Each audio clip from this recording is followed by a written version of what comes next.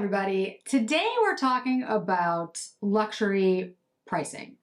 And I've done a couple of these videos where I've talked about beauty and the ingredients in our products these days. I've talked a little bit about what is in fashion and beauty. And today I really wanted to touch on pricing. So I've talked a couple of times in my videos about how much prices have really gone up for brands like Chanel and Tom Ford. And it's easy to sit back and just say, this is ridiculous, this is too much, to complain about a situation. But if we're really gonna get at the underlying issues here and really understand what's driving this and figure out what it means for the future, I think it's important to take a step back and look at all the things that sort of impact this. And one of the reasons I decided, I've been thinking about doing this video for a while, one of the reasons that prompted me to finally sit down and record it was, and maybe some of you have seen this or heard about it, Lena Nair, who's the chief executive of Chanel, her comment about costs. And she told Bloomberg that we use exquisite raw materials, I'm making sure the quote is correct, we use exquisite raw materials and our production is very rigorous, laborious, and handmade. So we raise our prices according to the inflation that we see. And all of that I believe to be true. I do believe that luxury, and the reason we all, and I'm a luxury channel, so I think most of you who are watching will have an interest in luxury, if not a slight obsession as I do. We have those feelings for luxury, not just because it's a logo or more difficult to get, but because at the core, they are exquisite materials. They're made in such a way that they are very unique and beautiful. And I think, at least I'm speaking for myself, I really enjoy the beauty of something that has been made extremely well. Brunello Cucinelli, for example, is a designer of ready-to-wear, also has bags and jewelry and stuff, but he has a cashmere, and I have one Brunello thing, one Brunello item, because it is exquisitely priced as well. But it always has been. That the cashmere is like from special goats that are in Italy, and they're only a certain part of Italy, and they're special goats, and I remember once hearing that they lived inside in special bedding, which is, hey, sounds great. And the cashmere really is just beautiful, and the designs are just exquisite, and they're very limited. They're very small launches. It's not like you have hundreds of pieces in each season. There's very few pieces. They have a very clear vision of what they want to do. When I was in Harrods in December, there was a Brunello window and it was exquisitely done, but it was all white. Everything was white. Maybe a little bit of cream, and it had a cohesiveness to it that just really was the collections of old, right? It was when you understood, this is what Dior is doing for spring. That has gone by the wayside, especially in beauty, because nowadays we, in the luxury beauty market anyway, we have as many launches as there are in high-end beauty or drugstore beauty. Dior, Tom Ford, Chanel, they've just been pumping out collection after collection to get that profit. So we've lost some of that, or I feel like we've lost some of that. But at its core, that is the thing that's the thing that drew people to luxury in the first place, that it's exquisitely made, that the standards are really rigorous, and that you're going to get a beautifully made, perfect product for the expense that you're putting in. However, I don't think we can argue that the percentages that we're looking at really line up with that completely. One reason, if this is an article that's in the business of fashion, the average price, this is in Europe, the average price of personal luxury goods in Europe has increased by an eye-watering 52% since 2019. Now, inflation has definitely added to that, but 52%? No, that's not correct. Not correct at all. And if you're looking at Chanel in particular, a classic medium 2.5, the one that has a little bar, flat bag now costs, and this is in euros, 11,100 euros, up 91% since October of 2019. You cannot tell me that the costs of Chanel products to make the same bag have gone up 91% in 5 years. I do not believe that. Has it gone up? Sure.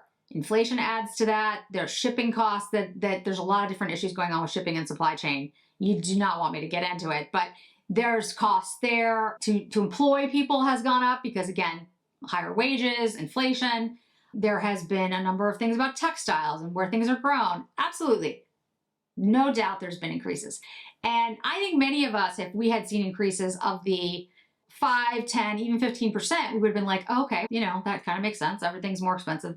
Okay, 91% in 5 years. That's not all because of your costs. There are a couple reasons that I think these costs are that exorbitant, but we'll get to that in just a second. They also mentioned that at Louis Vuitton, the price of a Speedy 30 bag, 30 is a little bit, of a bigger bag, made of coated canvas, so not the leather ones, has doubled to 1,600 euros over the same period. Now, these were bags that used to be like really not particularly expensive back in the day. Now, I still couldn't afford that, but But here's the interesting thing. Hermes, on the other hand, doesn't seem to have the same increase in prices. Now, don't get me wrong, Hermes was already expensive, very expensive, but they don't seem to have a 91% increase in the cost of their bags. And in fact, the article that's mentioned here, the Evelyn 16 crossbody bag, the Evelyn bag, that one currently is about $2,100. Tell me a bag at Chanel that you can buy for $2,100. Now, I'm not saying everyone wants an Evelyn bag. Most people want a Birkin or a Birkin or a Kelly bag, but still, you can buy a silk scarf for $500 to $600, and you can buy shoes for under $1,000. Now, don't get me wrong, Hermes shoes are still expensive, but you can buy the orange sandals that everybody likes so much. Those are under $1,000. Now, again, when I'm talking about these prices, I'm sure there's many of you who are like, $1,000 is still a tremendous amount of money. Absolutely true. But try to find a pair of Chanel shoes under $1,000. Seriously. The sandals that I bought this year that I loved so much, they're basically $2,000. Everything has just skyrocketed at Chanel. And Dior's prices have done the same, Louis Vuitton's to a certain extent, and the makeup has followed. And again, we don't have that exclusiveness anymore, which she was talking about, saying we get all these, but you have collections dropping every other month, so that's not true. With rigid standards of luxury, that's not true because we've seen the bags and they're not made as well as they once were. And in makeup, let's be honest, we've seen, and I've done videos on it, some of my old Chanel versus my new Chanel. Most of the old Chanel is better. Now, not all of it. There's some Chanel that's come out lately that I've been very impressed by. For the most part, there's some new Chanel that I have been impressed by. I love the Rivage. I love the Blue Abyss liner. There's some really good things. But overall, the quality is not as good and there's less product for more money. So again, you're not having the exclusive nature of it because it's coming out like everywhere. And every brand is involved. Now you have Prada, you have Hermes, you have Dior. I mean, Chanel's not the only one, so that's not exclusive. Like I just said, the quality is really, frankly, not as good. And when they say that they're using the best ingredients, are they? Because I feel like many of the materials that I see, at least at the beauty level, in some of the niche beauty, they're pretty good. And I think it's really interesting that would be her claim. Now, if that had been her claim 30 years ago, I would have probably bought that because I would have been like, yeah, Chanel is better. I have bags that are that old and they're extremely well made. There's 24 karat gold plating and the makeup I worked for them. It's outstanding. And every single collection was perfectly curated. And there were like products that were coming out that were just like iconic. Nah, I'm not so sure. And even the jewelry, I'm not so sure that's true anymore. So when she made that comment, there was a lot of people who were, a little skeptical of that being the case. And we're starting to see let's face it, a blowback from all of this. Many folks are starting to make comments about, I'm not going to buy Chanel or Dior or Tom Ford anymore. The prices have gone through the roof. It's not reasonable. I'm not doing it. And I think we've seen that before because prices have always been high. But there's a couple things leading to this sort of new sense of, like, not a boycott, but more of a, it's got to be really special for me to do it. One is the resale market. Now, you don't have that for beauty, but you have it for everything else. Shoes and clothes and bags and everything. You can get great stuff from 20 years ago that's been well kept up, and many of the luxury items do keep up because they were made really well. A Chanel suit from 1980 is still a Chanel suit, and in fact, it's probably made better in some ways than it is today. The buttons are stunning, some iconic looks from back in the day. The jewelry is 24 karat plated. So are the purses. There's a lot of people who are perfectly happy to go to the resale market and buy those items, which is why Chanel sued. The reason that they sued, and a lot of people were asking me, if you haven't watched me before, I am an attorney by training. I do have a state bar.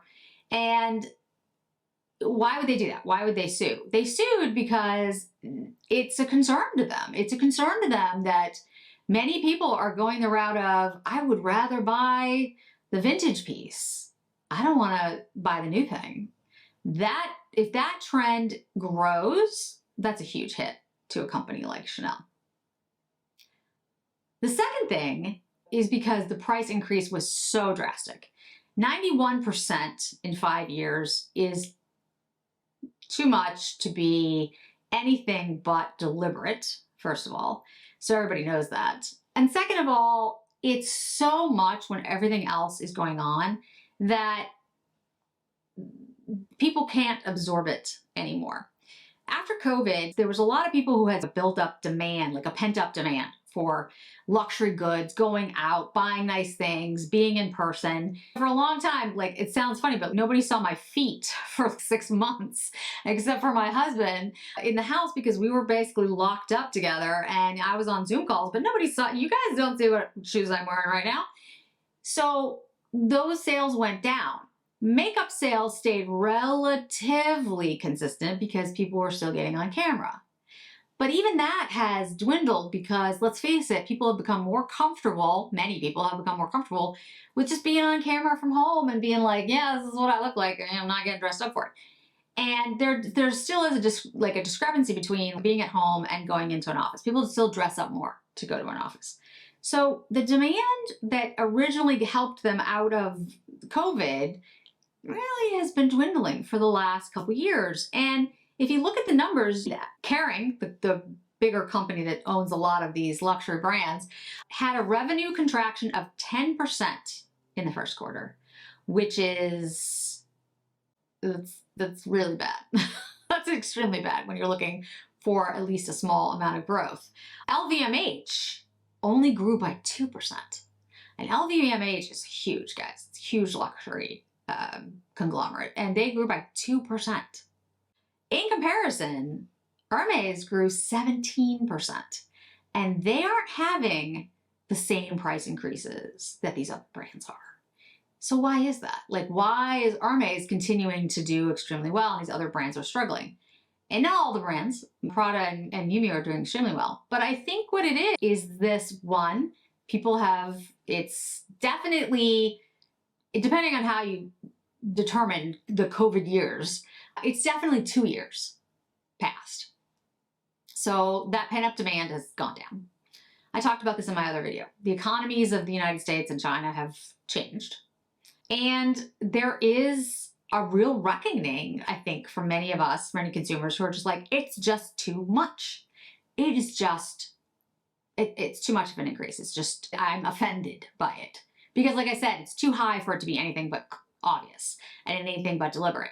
Whereas Hermes was always expensive, don't get me wrong, but it stayed relatively flat. Their Hermes bags have always been expensive, but they're, quote, basic Hermes, but there's no such thing. The Birkins and the Kellys of the world, they've always been, if you are able to buy them in store, if you are offered the opportunity to buy a bag, the prices of those bags have stayed relatively flat. They're not going up by 91%.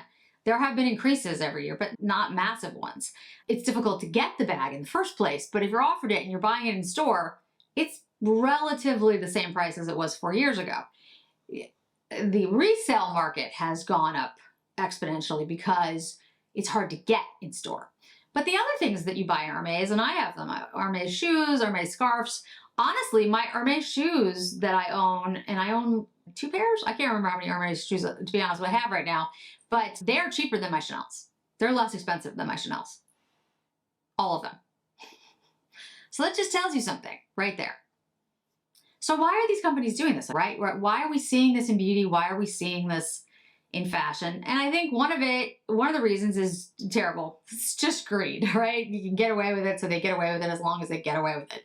And I think that is part of it. I think there was a pent-up demand after COVID, and they were able to do really well, and they saw beauty, especially beauty, being relatively consistent. And so they were like, let's just keep, changing, raising prices. And in beauty, what's happened is that you get this collection after collection, just literally, it's a deluge of collections, and it's lost that sense of wonder, that sense of uniqueness, that sense of exclusivity that used to exist for the Chanel's and the Tom Fords of the world. Because now, like I said, there's a new thing every couple of weeks, and I can't even keep up with it, so I've stopped. I buy what I'm going to buy, but I don't get every collection because it's just, not only is it cost prohibitive, but I only have one face. And there's so many other brands that are now getting into the market because it's been relatively safe from a sales point of view. You have Hermes, and you have Prada, and you have Dolce relaunching, and you have Marc Jacobs coming back in, because all of these brands are like, oh, this is the market to be in. Let's go into beauty. Not only is it relatively stable and has done relatively well during this time that the other areas have fluctuated, but since they are having more problems with their ready-to-wear and their bags and all those things, and they are available in the resale market, whereas beauty isn't, they're like, oh, let's put more time and money and effort into the beauty market. And the second part is this new opportunity that many of these businesses have identified. And I find this part fascinating. So when you think of luxury, our definition of it and the way I've been describing it, right? Exclusivity, quality, something that is limited, someone else doesn't have it. It's something that's going to last you for a lifetime. And even in beauty, it's meant that my Chanel's from 25 years ago, although, and I will say this publicly, you should not use makeup that's 25 years old. Actually, it's just fine. The powders, they're just fine.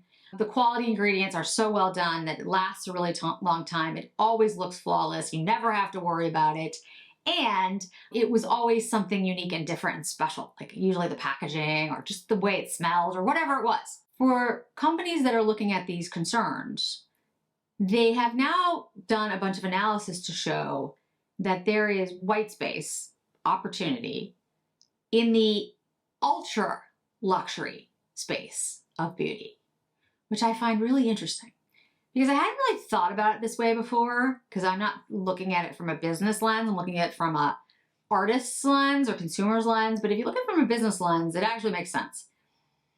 In the other products of luxury that people buy, there are 2 luxury tiers. There's luxury, true luxury, and then there's uber luxury or ultra luxury.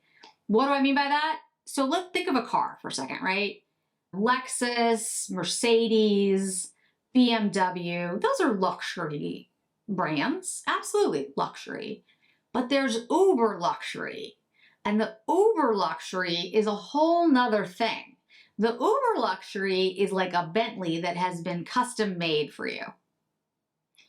In bags, in accessories, there's that in jewelry, right?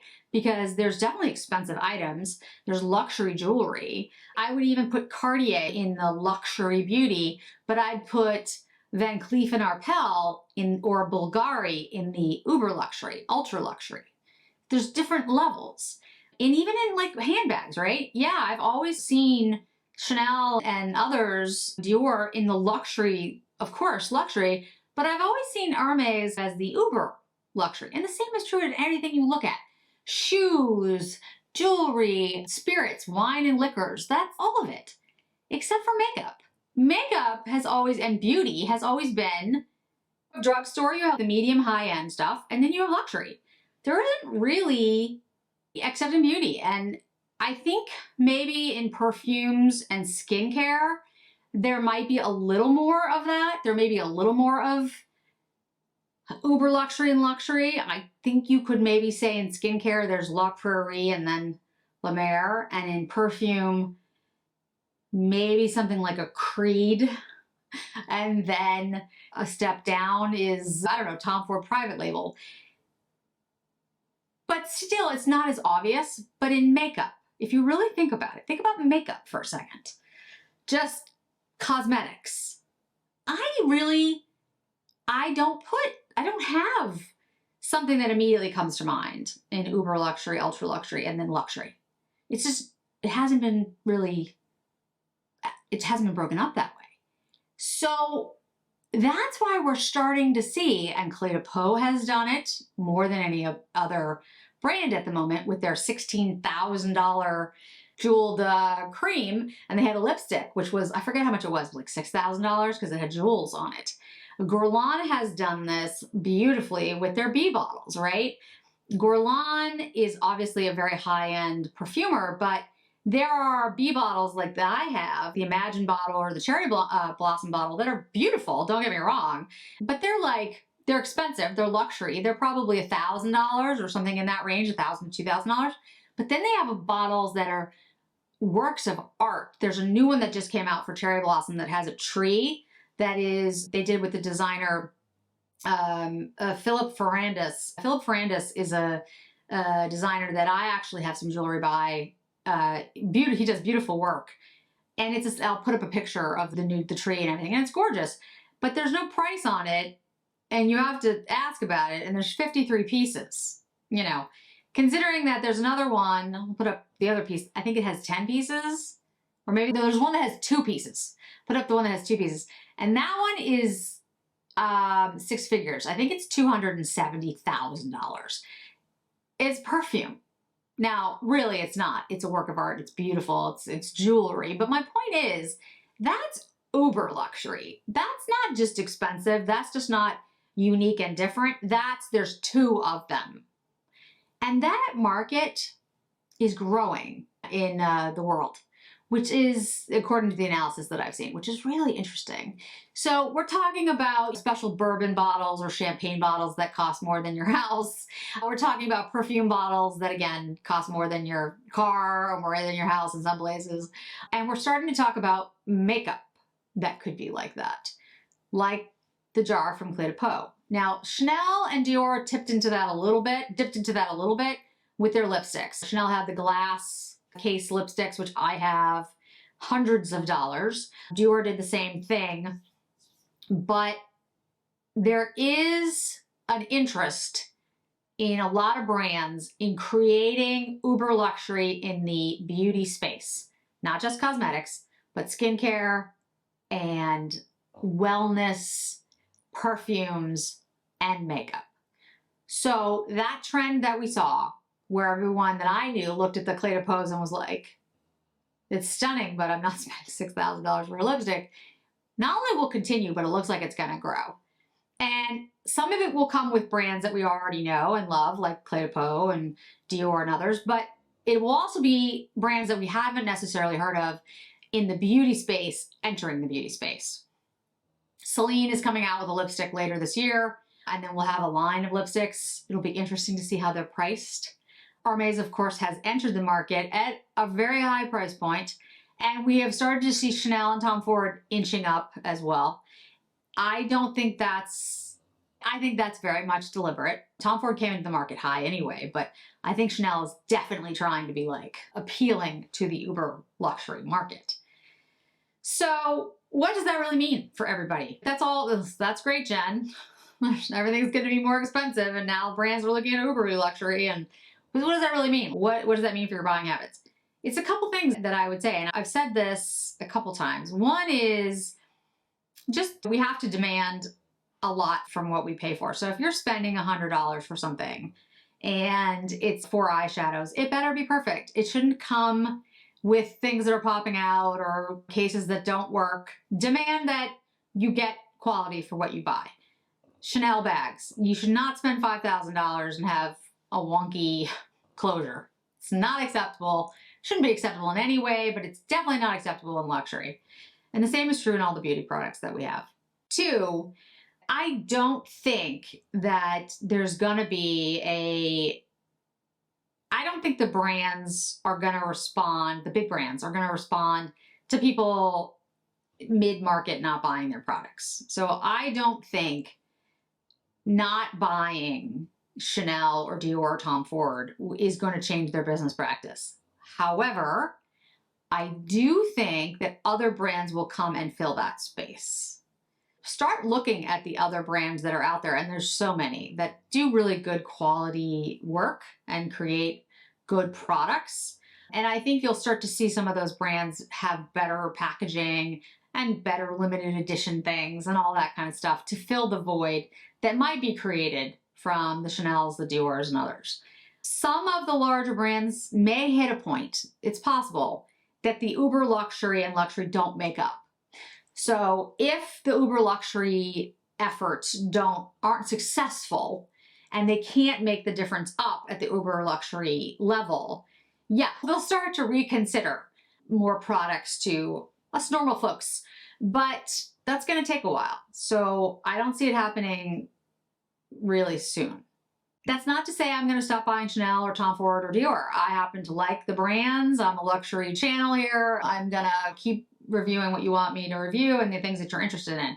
And I do think there's good quality products. I really do. It's just not every single one is a great quality product for the price that you're paying. When I see really good products made by a brand that say I necessarily hadn't spent time or effort on before, I'm going to talk about it. Like Sweet Beauty, this is the mascara I've been wearing, and I also use their lash serum. It's really good. I am going to, quote, promote it, they're not paying me, trust me, I would tell you, but because I think it's really good quality, and I want to tell you about products that I think are of the quality that they should be for their price point and for luxury. And when we start to see, and hopefully we'll see this, more luxury packaging and limited edition things from brands that are getting into the space, I will certainly try to bring those to you as well. When Dior and Tom Ford and Chanel and Chantecaille and Clé de Peau make something great, I'm always clear about that. Chanel has made their new single eyeshadows excellent. They're great products. They are too expensive, but they're really good. So I will definitely say that. The Dior Maximizer is one of my favorite new products in the last several years. I think it's fantastic. The Dior Maximizers for the face, the glow ones, out of this world. And Tom Ford, I love the slim lipsticks. I love them. I love the way they look. I love the finish. I think it's phenomenal. It's way too expensive. But again, way too expensive for one person isn't way too expensive necessarily for someone else. They might feel comfortable with it. I will talk about those things. I'll also try to bring products to you like purses and other types of goods that I think are of the quality that I expect in luxury, but not necessarily at a luxury price. So the scarf that I'm wearing today is an Ovcio scarf. So O-V-C-I-O. They actually reached out to me and I had seen it. I have seen this scarf around and I was, okay, it's 100% cashmere and it's actually really beautifully done.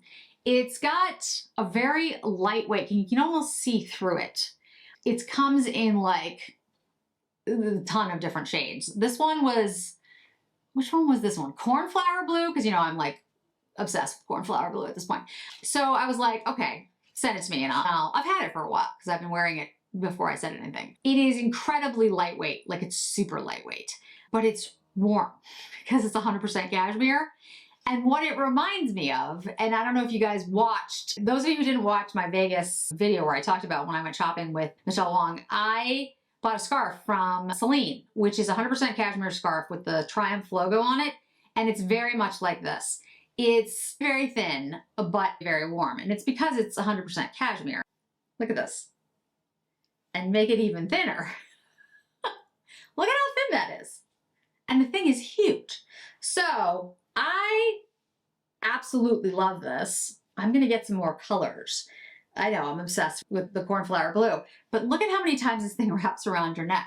And like I said, it's perfect, 'cause I'm about to go traveling, it's perfect for a plane because it's so thin, it's so light that you can just shove it in your bag, but it's big enough that you can wrap it all around yourself if you can completely fold it out. And it's so warm. I actually was like, oh, because it's a little chilly here today in New England. It's like 50 something. It's rainy and tomorrow's gonna be 72. I don't know what's going on with our weather. But the point is, it was chilly up here because we have the air conditioning on, because when it gets into the 70s, it's too hot in the house. You don't need to know that. But the point is, I was a little chilly. So I was like, oh, I'll try the scarf today. And it really does work. It's lightweight, so it doesn't feel heavy on you. I don't like, in the summer, like in the morning when it's cool, or if you start to get humid, I don't like it on my face. I don't like it on my body. Like, I don't like heavy clothing, but in the mornings here, it's cool. So you want something that's going to keep you warm, but you don't want like weight. Does that make any sense to anybody? I think it's also because my skin is very sensitive and reactive. Anyway, so the lightweight nature of something like this is phenomenal. And this thing is soft, like really soft. So I wanted to mention it because, and again, the OFCO is not paying me. They reached out and did send it to me though. They sent me the scarf, but I'm gonna buy a couple different shades because here's the price of the scarf. It's $139. It's $139 for an absolutely beautiful 100% cashmere scarf with the little, can you see the little ridges on the edge? And look at how, like, it's super lightweight, it's super soft, it comes in all these colors. Why wouldn't I buy this? If you're only buying the item for the logo to show somebody that you have a Chanel or you have a Dior or whatever the case is, then fine. But I think, again, I can only speak for myself, but I know that because I've talked to all of you, you want quality. You want something that looks good on you. You want something that makes you feel good. It's not about the logo, most of the time anyways. I would rather buy this for $139 and have something beautiful and stunning and soft and just this all the time than $1,000 for something that I'm not quite sure is like any better quality, to be honest with you. In fact, I'm pretty sure it's not. Groceries are expensive, rent's expensive, mortgages are expensive. Why spend more money than you have to spend on things to get the quality that you want? And frankly, we're not even getting the quality that we want in these more expensive things. So just keep your eyes open for brands that are starting to fill these voids, because I do think they're out there. Like, I don't know how old they are. I'll be honest. I haven't done that much digging yet, because when they reached out, I was like, yeah, I'll try. I always am willing to try new things. And then when I got really, wow, this is actually really good and as good as any of my other scarves that are way more expensive, I was like, I'm gonna have to look into this. The presentation was really beautiful. Look at the silk thing that it comes in. There's just like that like little thing, and this comes down and you put it over it, and then the scarf goes in this beautiful packaging. It's like a beautiful gift too, like for Mother's Day or any other holiday. But that type of thing, we're seeing that in the beauty market as well. And I think it's important to just start to be aware that luxury as we define it is changing, and there may be other brands that are delivering the quality and exclusiveness without necessarily the huge price point. It's not cheap. $139 is not nothing, but it's not the $1,000 that you're paying for Celine or Dior. And 100% cashmere scarf at Hermes is definitely going to be more expensive as well. I'm sure of that. There are products out there that are extremely good that don't necessarily have the name recognition right now.